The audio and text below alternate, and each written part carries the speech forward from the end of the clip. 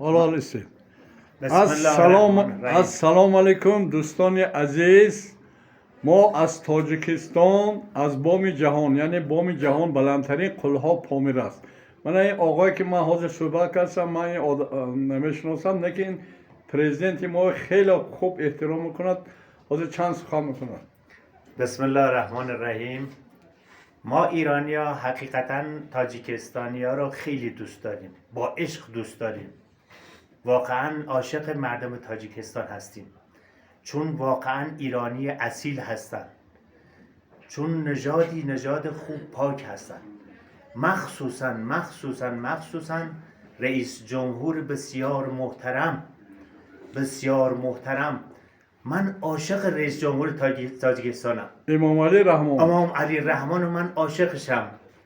چقدر دوست دارم برم زیارتش، دستشو ببوسم.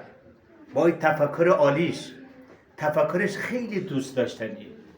امام علی رحمان بسیار مرد محترمیه. من یه فرهنگی هستم، مهندس عمرانم، استاد دانشگاه هستم. امام علی رحمان رو واقعا عاشقشم، واقعا دوستش دارم. از صمیم قلب پیام رو به امام علی رحمان برسانید. بگویید آقای ناصری کرمی تو قلبش هستی. آرزو دارن بیام پابوست، بیام دست ببوسم. با این تفکر خوبی که داری نسبت به ایرانیان اصیل باستانی تشکر میکنم.